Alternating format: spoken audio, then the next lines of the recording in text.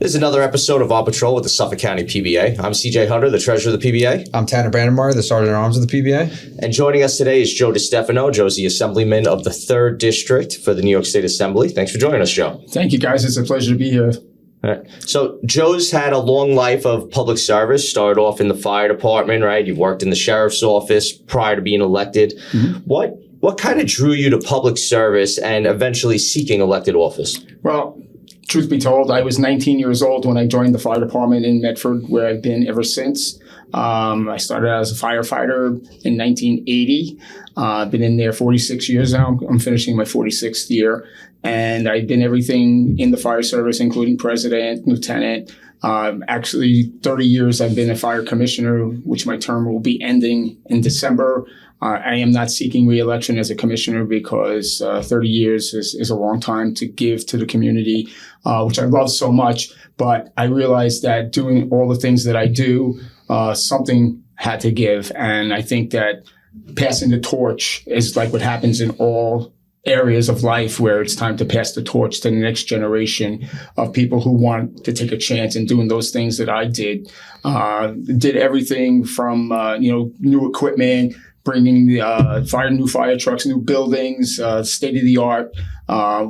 We have insurance, great insurance for our firefighters to make sure that we can constantly recruit and retain people. And that started at 19 years old. So I've been in my community doing that ever since. And I love what I do, which catapulted me into my career in public service when it came to working at a career job, which I actually started at the police department back in 1991 as a dispatcher for Suffolk County Police. That's when my career started, working in the county. Besides working in public safety for the town of Brookhaven, I have done a lot of things that were all community minded. I belong to the organizations that are in the community, the Civic Association, the Chamber of Commerce's.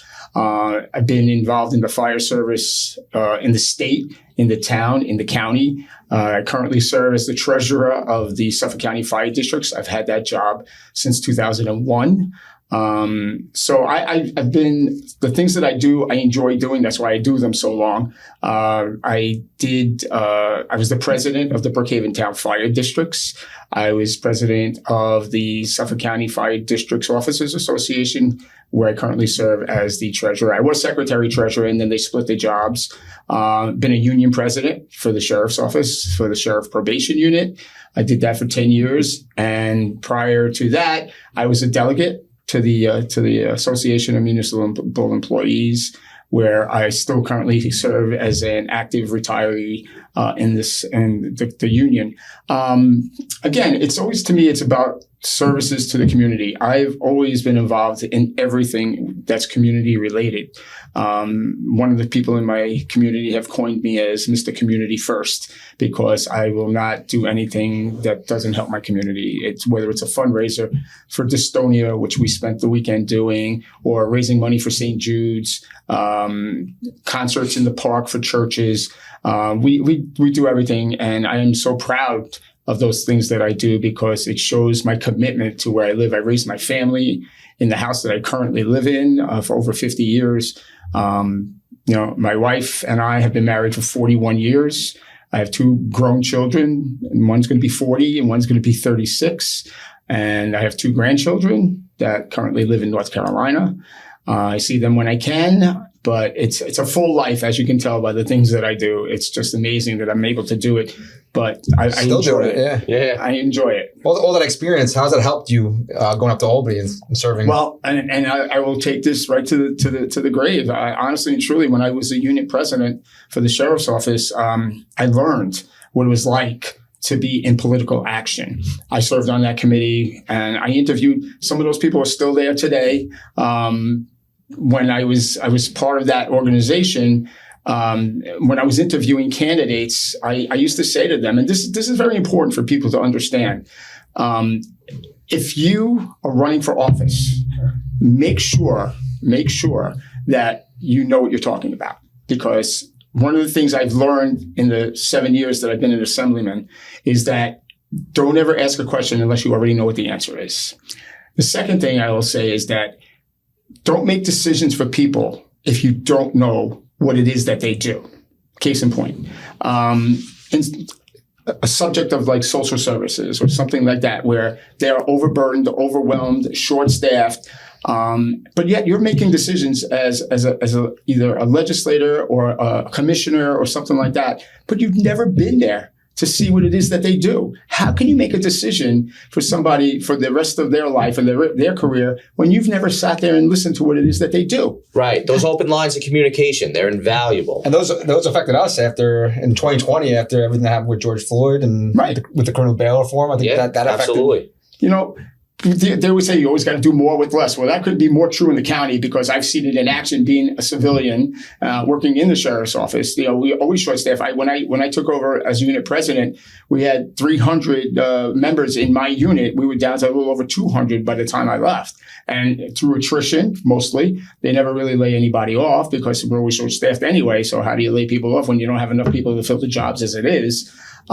But it always got to me how people who sit, I'll call them ivory towers, they sit in the ivory towers and make decisions for people, but never know the thing about what it is that they do. And that's so frustrating to me because I wasn't born an assemblyman. I'm learning. I still learn every single day what it is that I need to know to make decisions. And if I don't know what those decisions are that I should be, I'll go to a colleague. I'll go to somebody who's the ranking member or the chairman of a committee and ask them about it. I won't just make a blind decision on how to vote on something unless I try to get more information about what it is that I'm voting on.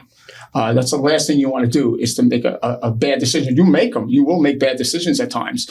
Sometimes it's not exactly a party vote. It's something like, you know, with me, it's always about labor. I'm a true labor guy. I go around preaching to everybody that I speak to that I never forget from where I came from. Labor got me to where I am today. Working in law enforcement has got me where I am today. Working for the union got me to where I am today because I learned so many things in the process of my career. My 30-year career working in county government got me to know what it is that I need to know to be able to perform the job that I currently have. Right. And those that union experience you have and being able to relate to the working class people within your assembly district and within the county and state as a whole, that's got to be invaluable to you when you're up there in Albany debating certain issues. True. And especially on some of the committees you're on. I know, but the thing with it is that because of my roots, my grassroots of where I come from, the rank and file people, it's easy for them to approach me because I'm one of them. You know, it's not like this guy they've never met before. It's not one of these guys that sits and hides in an office somewhere. I'm out and about in the public all the time talking to my constituents. And my chief of staff and my staff, they work on constituent issues all the time. They're not afraid to call my office. I've had many, many people call my office that are not even constituents of mine, but we will always take care of anybody who makes a phone call to my office, whether it's a town issue, a county issue, state issue, federal, whatever it may be. We take the call, we work the call, and we make sure that the constituent, whoever that person is, gets the information that they need to handle what it is. My staff will go, they will leave no stone unturned to get an answer for them. And they will let them know what that answer is, whether it's something we can help them with directly, or we go to the area of where it needs to be addressed, whether it's a town issue, county, et cetera. People appreciate that.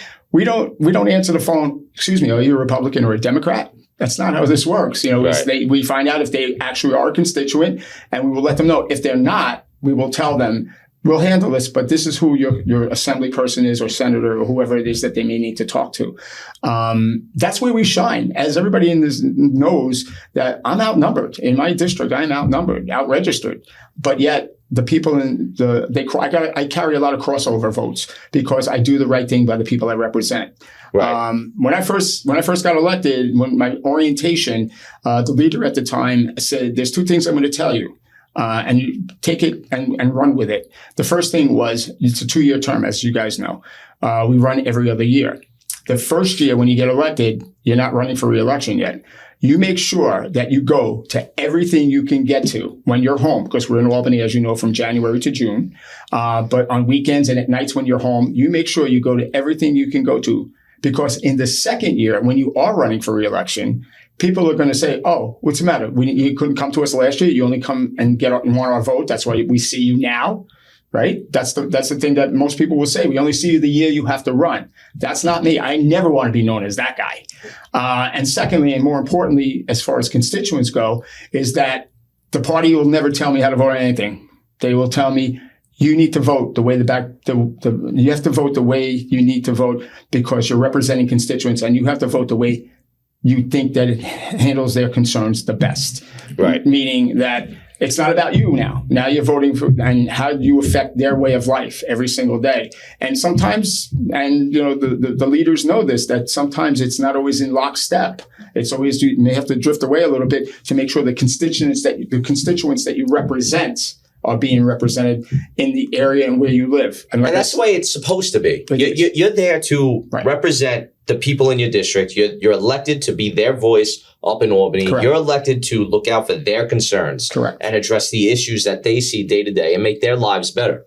I think the hardest thing, and my staff would be more apt to tell you this more than I, is that when people call and it's not directly a state issue, okay, they try to drag you into federal stuff. Right. They try to drag you into certain things that, you know, maybe Republicans are not in favor of. But how do you feel about this, or how do you feel about that? And you know, once this person gets elected, that it's going to go in this direction. And I try to explain to them very nicely that it's not within my purview to make those decisions. That's out of my realm. That's somebody else's decision to make. I can address the issues that directly are to them, but not what's out there in different places. So we've talked about this before. We feel like a lot of people just associate the party that you're in with the national politics of it. All the time. Right. And you got to do it nicely. You're not going to, you know, and as much as you try to tell them that, listen, I have my own opinion about it, but it's not directed here. This is not what I do. I direct state issues. That's what I vote on. Right. We had brought it up with Ed Romaine at one point. He was talking about a lot of the infrastructure issues and developing the roadways, fixing the Oakdale merge. And when that infrastructure package went forward in 2021, Andrew Garbarino took a lot of heat from some of the Republican side voters, saying that he crossed party lines and started calling him a rhino, a Republican in name only. But the reality is that infrastructure bill did a lot to help his constituency in his congressional district. He was looking out for the people he represents, and it was a good vote for him to cross party lines and align with the Biden administration at the time to be able to pass this infrastructure funding needed for his constituents. And that's what I was that's what I was addressing, that sometimes you got to cross over to get things done. And it's not always popular. People, you know, they think that it costs too much money and all those kinds of things, which in most cases it are. But in the state, when I got elected in 2018, took office in 2019, the budget was $169 billion. We just passed one this year, 7 years later, $256 billion. That's almost double of what it was. That's the point. How much more? It's not sustainable. There's got to be things cut to make it more affordable. Everybody's talking about making New York a more affordable place to live. Unless you cut money out of the budget and wasteful spending, it's never going to happen. And I don't care what some people say. We are losing. We are leading the nation in outmigration. The numbers prove it. They're accessing the people that are actually paying taxes. They're sending them to Florida. They're sending them to Texas. They're sending them to places where it's more tax friendly than it is here and more affordable. Buying a house is more affordable. So I don't know how you can sit there and run on a platform that you're going to save taxes. You're not. It's proof. It's black and white. 7 years ago, it was $169 billion. It's a $256 billion 7 years later. So I don't know what. You don't have the money around to pay for these things now. Well, that's what I'm saying. They're accessing the people out that are actually paying these taxes. Right. If you're on Medicaid, if you're on social services and things like that, this is where you want to come. This is the state you want to be at, because we'll take care of everything. You know, we have the Cadillac of Medicaid. You go to some other states that are not as affluent as New York State is, and you will see that you'll get by with the basics. You know, in here, whatever you need, whether it's open heart surgery, whether it's medications that are not generally given to people because it's too expensive or whatever, they'll give it to you here. It's the Cadillac of Medicaid. That's what we have here in New York State. And as long as the governor and her majority are supporting that desire, it's just going to keep on going. I think people have to start being more educated on how they're voting on their elected officials in New York State. I think they really got to read the platforms and understand. And anybody who sits there and tells you I'm running on a platform of cutting taxes, wishful thinking, but in New York State, that is not happening. And it will never happen as long as the current situation stays the way it is. We're not cutting taxes. I love living in Suffolk County. I mean, our county legislature, our towns, most of our towns, that's where local politics is won, I believe, is within your own towns and your county where you live, because they get it. They truly, truly get it, that this is the right thing to do for the people that they represent, making life more affordable to live. And wherever they get a chance to either cut taxes or with law enforcement doing the right things. We just passed the EPI bill that the police cars are now doing. We could talk about that if you wish, because I was a co-sponsor in the assembly with that. Common sense. I mean, we hear that word a lot when we go to public meetings and things like common sense. That's what it should be all about. It's not partisan. Right. Bipartisan, doing the bill with the EpiPens, that is bipartisan. We all agree that having a police officer who's usually the first on the scene, call goes out simultaneously to EMS. But generally speaking, there's a cop in the area that can be there before a fire department or an ambulance company get a crew together and respond over to the call. Common sense. But then we learned last week at the press conference that those things are really expensive. I think we need to find a way that we get all police cars or a majority of the police cars to have those life-saving pens. Right. It especially makes sense out here because we're EMTs. Most of our guys are on patrol or EMTs responding to the call. So we have volunteers that go out, and sometimes we get there usually before they do. Right. So those minutes are crucial. And those EpiPens, Dominic Thorne drafted the legislation here locally, and this was something he was working on for a long time. But the hurdle he faced was the way state law was written. Correct. And Suffolk County Police could not be equipped with the EpiPens because of the way the state law was written. And yourself, Senator Dean Murray, I think Senator Monica Martinez, you guys all teamed up to help rewrite Gio's law and actually make it so that Suffolk County can be equipped with this life-saving medication. And then 3 days after we were finally equipped with it, we saved somebody's life from a bee sting. Yes. Again, couldn't be more prouder to be part of that. Dominic and I go way back. Dominic was an EMT in the North Patchogue, and he was in EMTCC, critical care. Me being a volunteer for as long as I've been, we worked together many times in yesteryear. But Dominic is the chair of fire rescue, so he gets it. He understands it. Public safety has been something that has been near and dear to me for my whole career. Anything that makes sense, that's going to save lives, be more helpful to giving first responders, police officers, the tools necessary to save lives. I mean, right. That's what and this yielded immediate results. 3 days. 3 days. It couldn't be, the script couldn't have been written any better. Right. And being at that press conference myself and seeing the gentleman that life was saved and seeing him there to talk about it. How do you not get chills down your spine knowing that this man could have been dead if he didn't have that saving epinephrine to keep him alive? I mean, think about that. His son was with him. These are the things these are those feel-good things that whatever you did. And I'll tell you a little bit about the law, why it had to be changed. It had something to do with anything over 1 million people were exempted from it. Well, Suffolk County has 1.5 million people. They should have been exempted. New York City is exempted from it, but Suffolk County was not. So that's why the law had to be rewritten to include the over 1 million population that would be able to get them to be able to carry the pen. So that's why it had to be rewritten. Right. And, like County Executive Romaine put it during the press conference regarding this EpiPen save, you can't put a price on saving a life. Nope. And if this came down to, I think he said the initial investment was only like $25,000, which sounds like a large amount of money, but it's really not when you're talking government terms. It's a drop in the bucket. So for $25,000 to be able to equip the cars with this life-saving medication and to see immediate results, I think this was a great bargain for the county and for everybody to be involved in and be able to get us equipped with this medication. Well, as you saw at the press conference, they're looking to get grants for this, so that would be a tremendous help and asset. But I think, and since that press conference last week, I have talked to a bunch of people that work in the field, and they don't understand why it's costing so much per dose. People say you can go to like CVS or Walgreens and buy that pen for like $100. Why is it costing that much to put them in only 25 cars? I don't know how many cars patrol throughout the county, but put that in perspective. That's a ton of money that you'd have to get.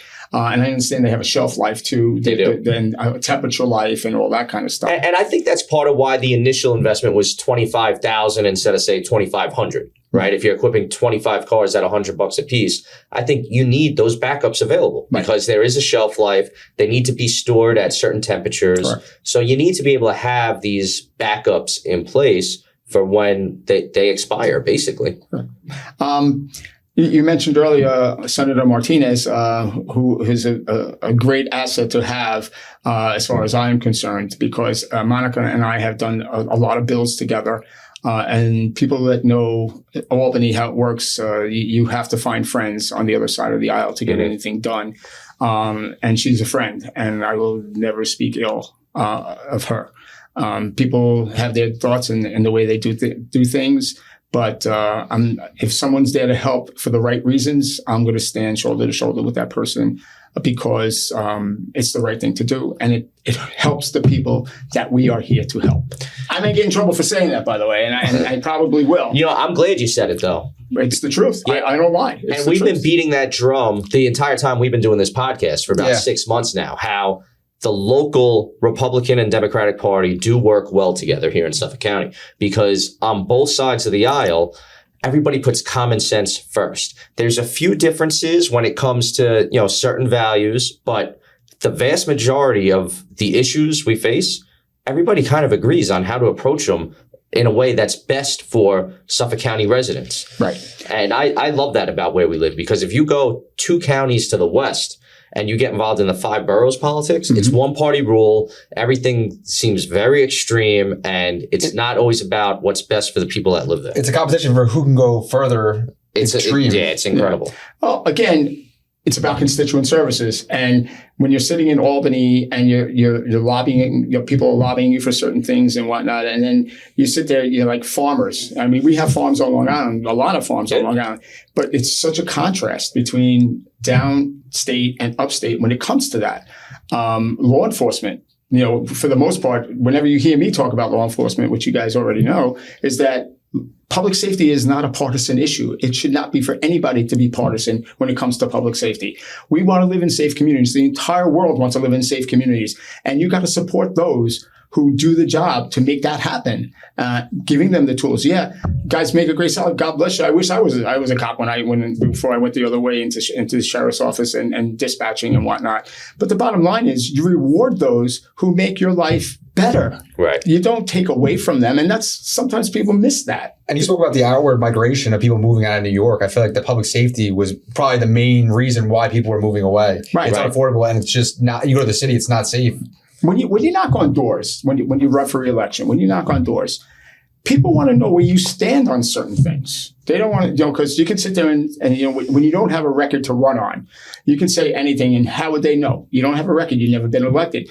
But 2, 3, 4 elections down the road, now you do have a record to run on. And now they look at that and say, how do you stand on these items that are the bread and butter issues, the tabletop issues? They want to know how you feel about certain things and how you vote. There's a lot of savvy voters out there that go look at voting records and see how you voted on a lot of different things. And one of the top ones right at the top is public safety. How do you support law enforcement? Do you give them the tools they need to do the job?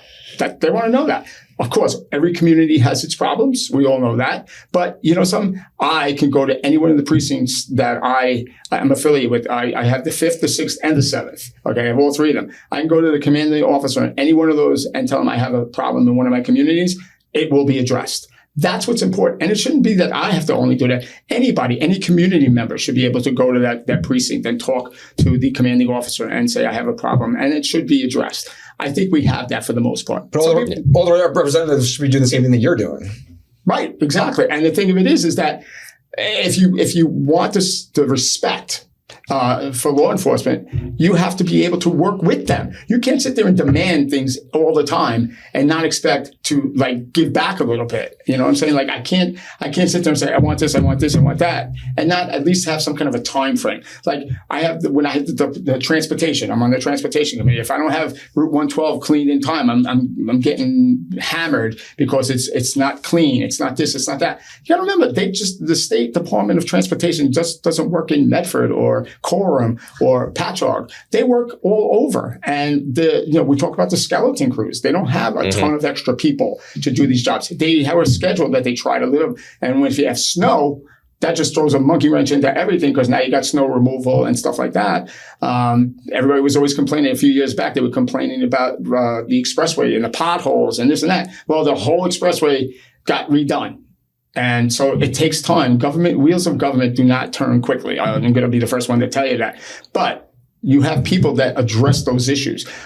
We have liaisons in every branch of government, whether it's Department of Motor Vehicles, whether it's Department of Transportation, whether the unemployment, licensing, all those things. Our office has liaisons in all of those different areas, and the people can contact us anytime to address those issues. We have helped, and my chief of staff will tell you, we have helped people from Buffalo to Rochester to Syracuse to Westchester, because most of the time, it's who answers the phone. Sometimes one of the worst problems I think government offices have is they don't get back to people. People call with a complaint, they send an email, and they never get that. Some people call our office and say, you're the first person that ever answered the phone, or you're the first person that ever got back to me, or we send an email, I'm the only one that ever answered them. That's bad. That's a bad thing to do, because that's not doing your constituent services at all. So, when it comes to public safety and a lot of the issues we face and the handcuffs that we feel when police officers are trying to do their jobs stem from bail reform and a lot of the lack of consequences for actions that have stemmed from bail reform. So one of the things that I like and that I've seen, because we say it all the time, how we follow certain bills and how they relate to law enforcement.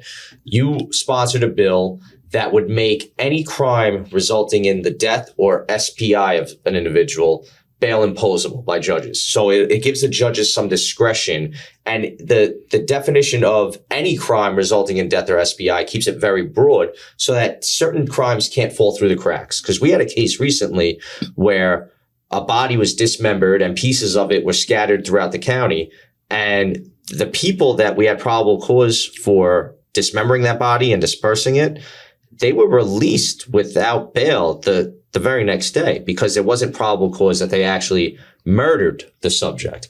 So this kind of keeping this broad gives the judges some discretion that they could use with a lot of latitude to keep people locked up that should be locked up. Well, I'm going to be proud to say that in Suffolk County, especially, our DA is one of the best. He truly believes in law enforcement. And what you're saying is so true, that he gets handcuffed based on the laws that were created in Albany. I wasn't on corrections back then, but the first year that bill came out, we all knew it was going to be a problem. Right. Taking judicial discretion away was a problem. Bail eligible things. I worked in the jail for 27 years, and I remember, with the corrections officer saying to me, "Why is this person coming out here on a $50 bail for some stupid crime, minor crime he may have done?"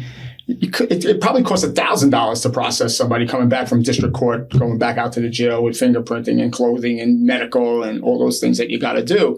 So those minor infractions, I would have no problem. But something like what you're saying, right. I mean, how do you there's that common sense thing. Right. Who in their right mind would let these people out and let them walk the streets again? They should not be walking the streets ever again.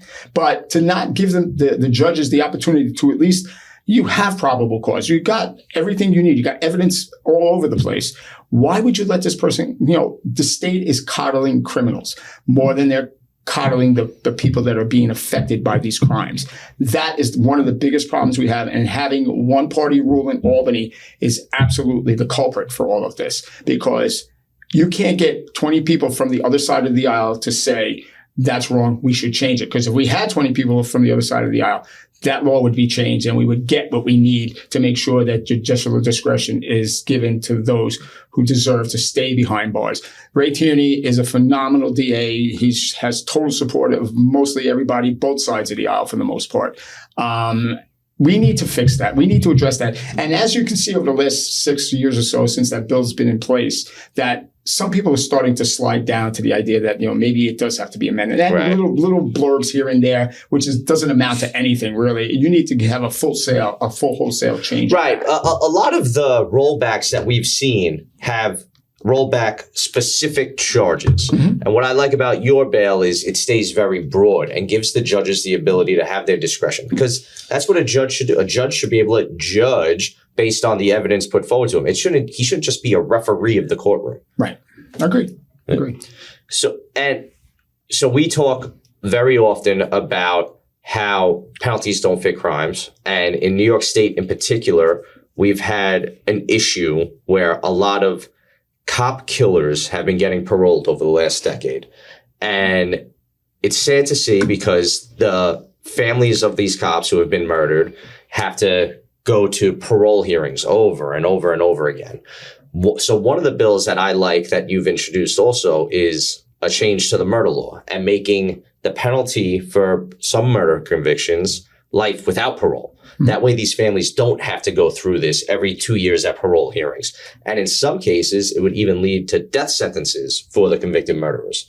Well, as we move on over the years, the governor is the one who appoints the judges that are in those higher courts. And they've all been mostly left-leaning extremists and things like that. So again, we go back to common sense. Why would you want a cop killer who has been convicted of that crime, knowing that he did it, or he or she, whoever it may be, has done that crime? Why would you want that person to walk the street?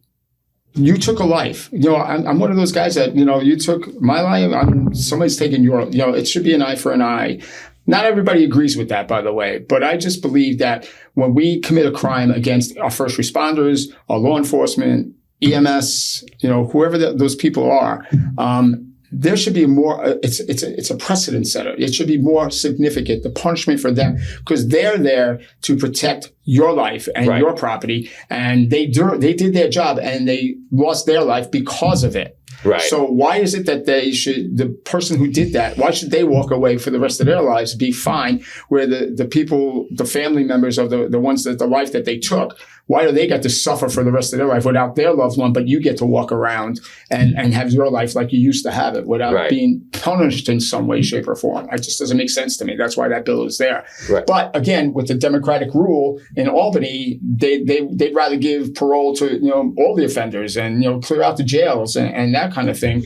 And it just makes the society run amok. And I remember the first bill, or the first incident on William Floyd Parkway. I think you were in the 7th precinct at the time, where the guy was from Buffalo College. He was there's a gentleman who was a DWI. He killed him right on William Floyd Parkway, right by the 7th precinct. He was combative. The assailant was combative with the police officers that were in the ambulance with him as he was being taken to the hospital. And he said, "Yeah, with these new bail laws, I'll be out before lunchtime." Yeah, that's a true story. Sure enough. Yep. He remembers it. I remember it because I had the press conference where that happened, where he said that he would be out before lunchtime. The EMT, they were crucifying them in the ambulance, taking them to the hospital. Yeah, these people that are out there committing harm to the constituents and to the people of Suffolk County know what the laws are. The deterrents aren't there to stop them from committing the crimes. You need penalties to fit crimes so that people don't want to take the risk involved, where I don't want to have to pay that kind of penalty for whatever I'm going to gain out of, say, whatever crime they're thinking about committing. These people know how the courts work, and they're very familiar with bail reform. And a lot of these people that commit murder to a police officer or have the intent to commit SBI to a police officer, they have no regard for human life and no regard really for society. No, I think the classic was when in the city there was a guy that was robbing banks every day or whatever like that. He robbed like 4 or 5 banks in a row, and they keep on letting him out. And he made a comment. It was published in the press where he said, like, I don't know why they keep letting me out. I'm just going to go back and rob some more banks. I mean, if that isn't like the common sense denominator that said this guy should stay in jail so we don't do this anymore, that's a classic of why that should be like that. But he kept on getting out and he said, I can't believe they keep letting me out. So he keeps robbing banks. Right. So one of the things I like that you had said kind of in passing just a few minutes ago was that we need to be able to protect our protectors, right? The police officers, the firefighters, the EMTs that are out there serving the public, protecting everybody else. It's incumbent on the government to protect them as well. So one of the other bills you put forward would designate offenses against law enforcement officers, firefighters, and EMTs as hate crimes. Correct. And I love that. And I know one of the what some critics will say about is that, well, you chose that profession. You weren't born into it. And my response to them is, well, I chose my religion. My religion is a protected class too. Mm-hmm. So why can't my profession be a protected class if that's going to put me at more risk? Well, I was an EMT years and years ago when I first joined the fire service. And just a few years ago, probably within the last 10 anyway, I was mortified, absolutely mortified when one of my neighboring ambulance companies went out and bought bulletproof vests for their EMTs. Now, think about that.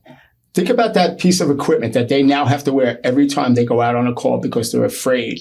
And it's happened where people on drive-bys as they're helping people in the street being shot at. Look at the EMT worker from Huntington Community that got stabbed in the city and died. Right. So that's to me is paramount over everything else. Those people are there to help people.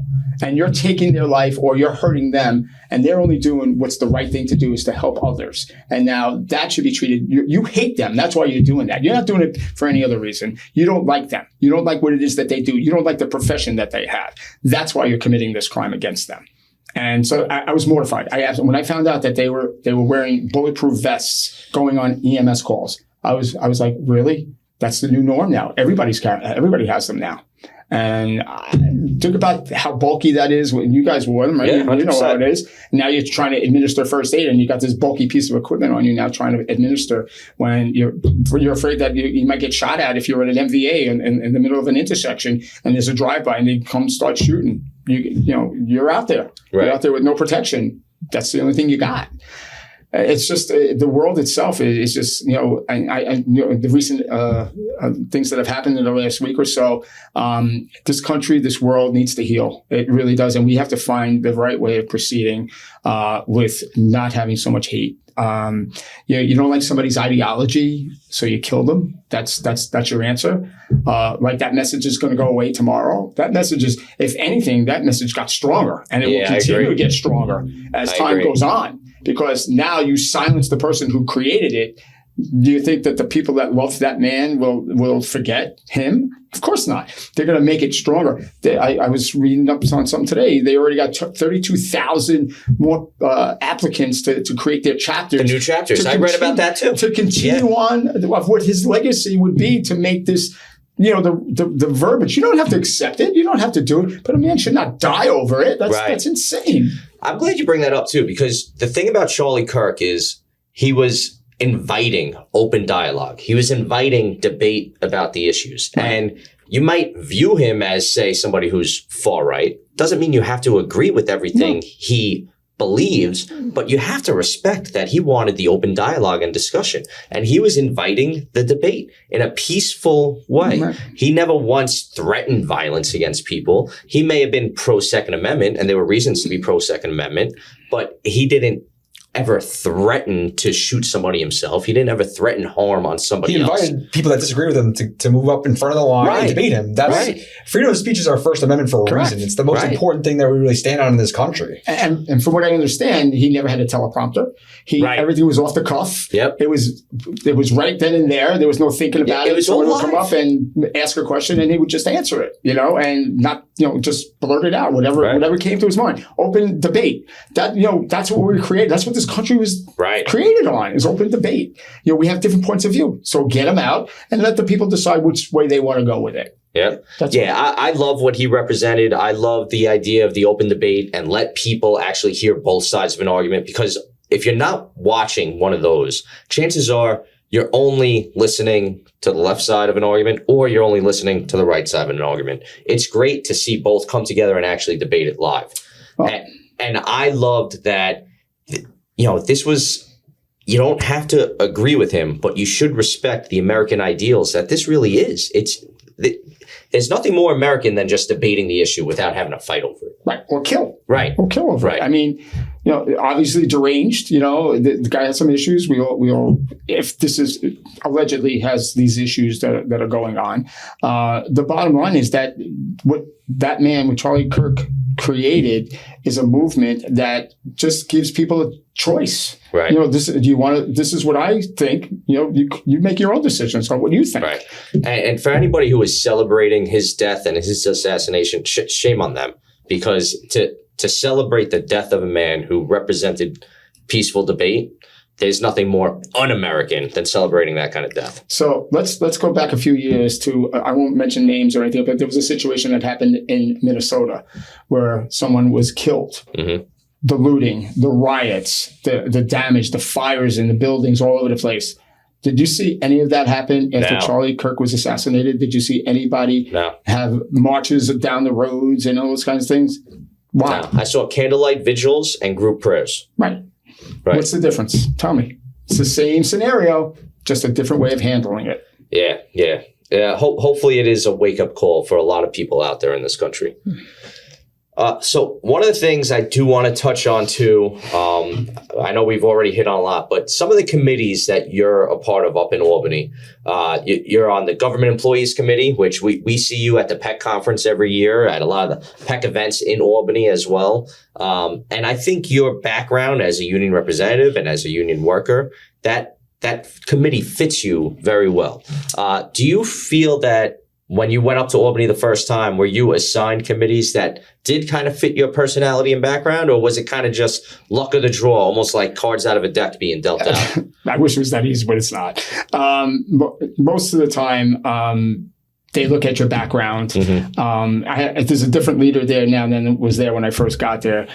They knew my history. They knew where I came from. They knew my union activism. They knew I worked in government, labor, and stuff like that. So those three committees I kind of got on right away. Transportation, because it sometimes can be union and labor. Right, they do. Some will go hand in hand. Like and we were corrections. we were talking about the Long Island Railroad strike earlier. That's pending at the time of this recording.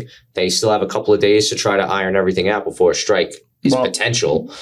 So by the time this airs, maybe they are on strike, or maybe they've ironed out all the details and they're not. But transportation definitely relates to labor. So again, now I am currently the ranking member of governmental employees. When I first got to Albany, I was just a member of the committee. Over time, through attrition and moving here and there, moving out, moving in, I was able to get the rankership on that committee. It's because I relate to the people working in government for as long as I did, advocating for the members of the sheriff's office, the sheriff probation unit that I represented at one point 300. The thing of it is that labor is what built this country. Let's be honest, okay? Protections, when they always talk about, why do people get paid so much that are in unions and stuff like that? I said, if you think for 1 second that government is throwing money to these employees, you're out of your mind. Everything that they get, they fight for their members.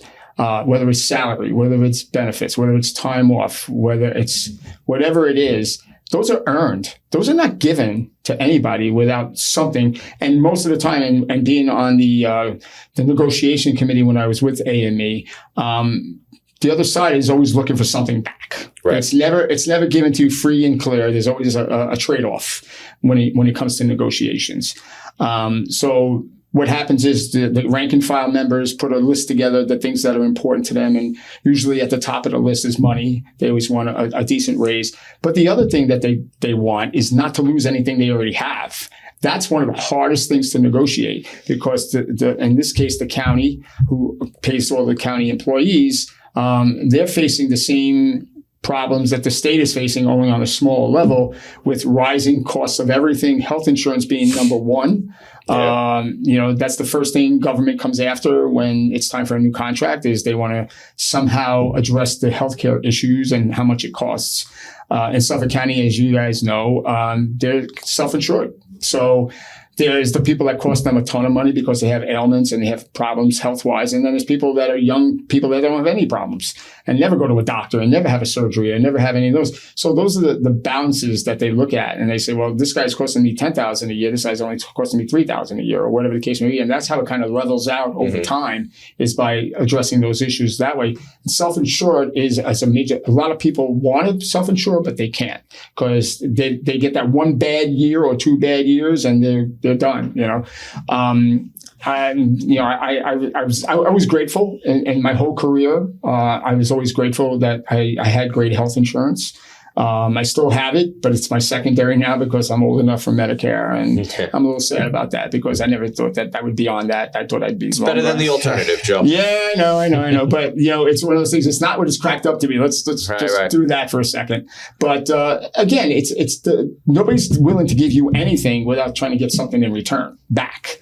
And that was probably one of the hardest parts of the job, was to work on negotiations, because again, the PBA in your case is looking for what they can get for their members, and the county's looking to save money for not in their budget. So it's trying to find that happy medium to make things go around. But again, it was how I got on that committee is because of my unionism, my activism, my job that I worked at for so long, and understanding the people that I was representing. Even after I was gone, the gentleman who took my place for 2 years, he was still calling me to help him out because, it's you don't walk into a job and say, I'm a union president now. Here I go. It's all yours. You figured it out. No, it's not. It's every day you learn something new and you're finding out something different that you need to know about. Right. And you guys being union guys as well know that nothing is cut and dry ever. There's always something else. There's a lot of gray out there. Absolutely. A lot of gray, a lot of room for interpretation. And you have to always be humble enough to remember that you got to learn as you go, because there's always going to be new things that are served to you. Right. Yeah. It's always going to be something where the hardest part is people saying, "Oh, you're not doing anything. You're rank and file members." So it's like, "Oh, why'd you cave into that, or why'd you do this, or why'd you do that?" They got to remember that you're working for the group as a whole. You're not looking to just make 3 people happy. Right. You're making 5,000 people happy, or whatever the case may be. And it's just very often those members don't know what the other side was asking for to begin with, and how all the math actually works out, and how you come to a compromise in the middle. Right, and being a fire commissioner for 30 years, I've seen them come, I've seen them go, and everybody's got a personality. And you got to learn over time how to address those different personalities. And I've worked with many different boards over the 30 years that I've been doing that. And successfully I have.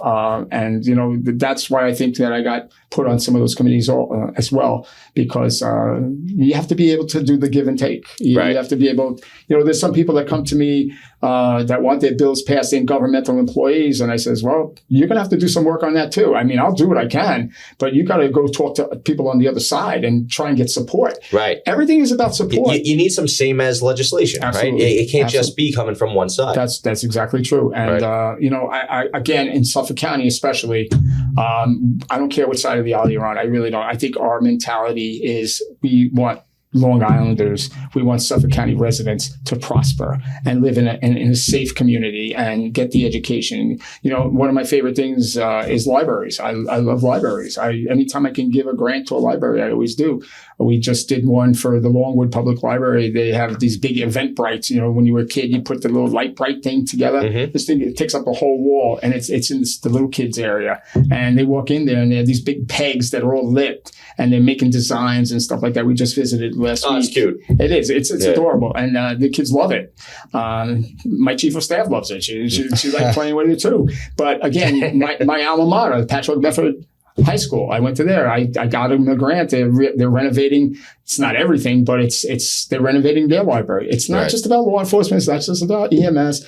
There's community things that go on that I have to, take it and make sure that they get the things that they need as well. So I have 5 libraries. I have four school districts. It's a constant. There's always something going on all the time, and you got to make sure you're involved with it. Because again, you don't want to be the guy that they say, "Oh, we only see you when it's your turn to run." We don't see you any other time. They can never say that about Joe DeStefano, ever. Because those of you who follow me on Facebook know that if I'm available, I'm there. And whether it's socially, because I like to do social events as well, but I do like doing the community events. As I said, the fundraisers, we support them. Just being there, and answering the phone and just talking to people that need help. I grew up in law enforcement. I grew up in fire. I grew up in EMS. It's always about helping people, no matter what it is. And you have a great team helping you. I got to say, Joe, your staff is everywhere. Your chief of staff, Alice, she's phenomenal. Yeah. So you're very fortunate to have those people around you. She is truly a rock for me. She keeps me grounded. As you both know, that sometimes I can fly out there for every now and again. But Alice keeps me going. And whenever I say to her, I said, Alice, why are we doing this? I have to keep you busy. I have to keep you busy. I got to keep you busy. You know what they say about idle hands. I know. So she always makes sure that that she's got me going to everything I need to be going to and stuff like that. And honestly and truly, like Saturday was a bad day to do things because there was like 7 things and you can't get to everything sometimes. Right. They're all scheduled at the same time and they're 10, 15 miles apart. You do the best you can, and then you make your apologies and say, I'm sorry I couldn't get there. And they say, all right, don't worry about it next time. Usually they understand because they know how busy this job can be. Remember, we're in Albany from January to June. So when we're home, they got us running all over the place. Right, of course. To get into the community. Constituents want to see you when you are home because correct. Most of the time you are in Albany, which is where you're elected to be. You belong up there during those months in session. But the constituents want to see you too when you are home. Right. And that's civic association meetings, chamber of commerce meetings, meetings at libraries. We're having some events. I think next week we have a scam. We partnered with the DA's office about doing scam. Older people getting those phone calls. The people that don't know any better. They said, "Yeah, send me $3,000 and we'll send you a coffee cup or something like that." And they get scammed on that. So we're having that at the Longwood Library next week, I believe. And we also do the drugs. Hand it off the old drugs that you can't dispose of. We do Narcan training next Monday night. I believe we're doing Narcan training at the Longwood Library. It's hard to keep up with all this stuff. You're just rattling off things like every night of the week. Shed the Meds week. Shed the Meds week. And I know the precincts have them, the boxes, but we do it specifically at libraries because people may not want to go to a precinct or whatever. They drop them off, so they'll come to a local library to do that.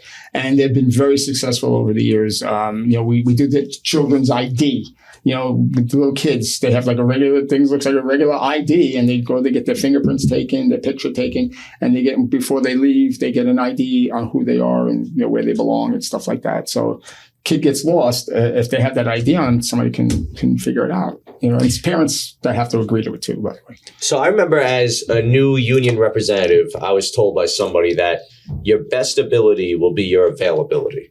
Right. And I think that goes hand in hand with local elected officials as well. So being able to be there for those events whenever possible, I think that goes a long way with your constituents. And I think it's a great way to close out the episode, too, how, you're there for them anytime they need you. Just reach out, call you, reach out through social media if they need to.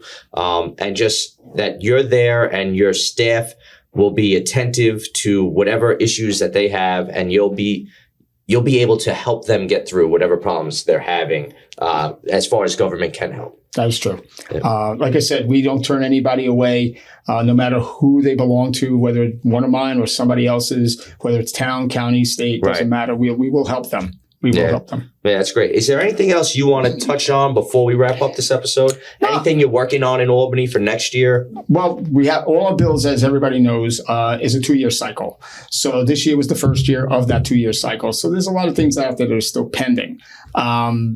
We just, like I said, every year they come up with new ideas and things like that.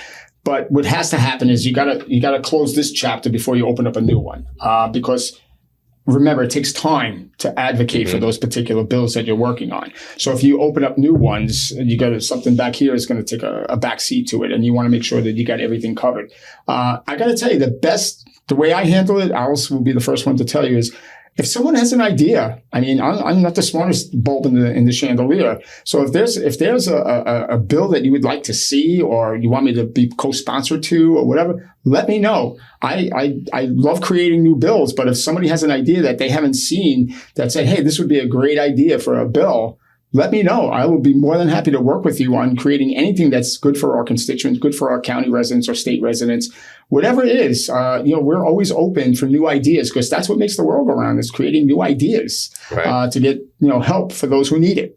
that's what we do. Yeah. Well, thanks, Joe. We appreciate you coming on. You're And welcome. Thanks for joining us. yeah, we look forward to continuing this open dialogue, Absolutely. well into the future. Well, thank you very much. Thank you. Joe? Thank you so much.